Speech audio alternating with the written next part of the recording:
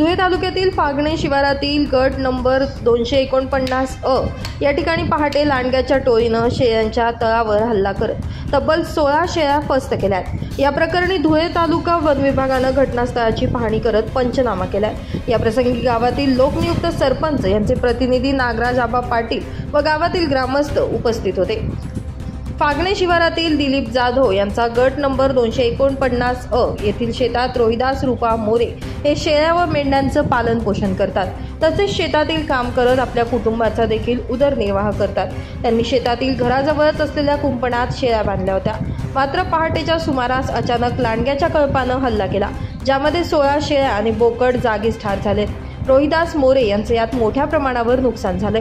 फागणे गावात लांडग्याचे हल्ले होण्याचं प्रमाण मोठ्या प्रमाणात वाढलंय, तर मागील काही महिन्यांपासून लांडग्यांचा त्रास वाढला आहे। घडलेल्या लांडग्याच्या हल्ल्याबाबत वन विभागाला कळवण्यात आल्यानंतर तात्काळ वन विभागाचे कर्मचारी दाखल होत त्यांनी घटनेचा पंचनामा केलाय, तर या प्रकरणी पुढील कारवाई सुरू आहे।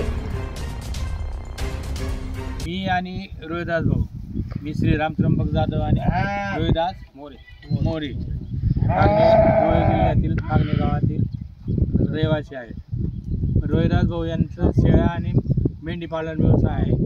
त्यांनी मग गट नंबर 249 अ या क्षेत्रामध्ये दिलीप बापू यांच्या शेतामध्ये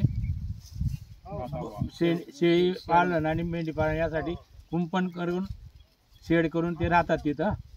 सकाळी त्यांनी जे पिलं होती लहान पिलं ते शेडच्या बाजूलाच त्यांनी एका जाळी मारून त्या ठिकाणी बांधली होती आणि मध्ये बकऱ्या वगैरे मध्ये चरत होत्या।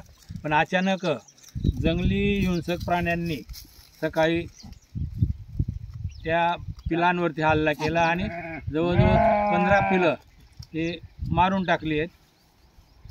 तरी याची आपण दखल घ्यावी आणि योग्य ती कार्य करून जास्तीत जास्त मदत करावी ही विनंती। ब्युरो रिपोर्ट, माझा महाराष्ट्र न्यूज, धुळे।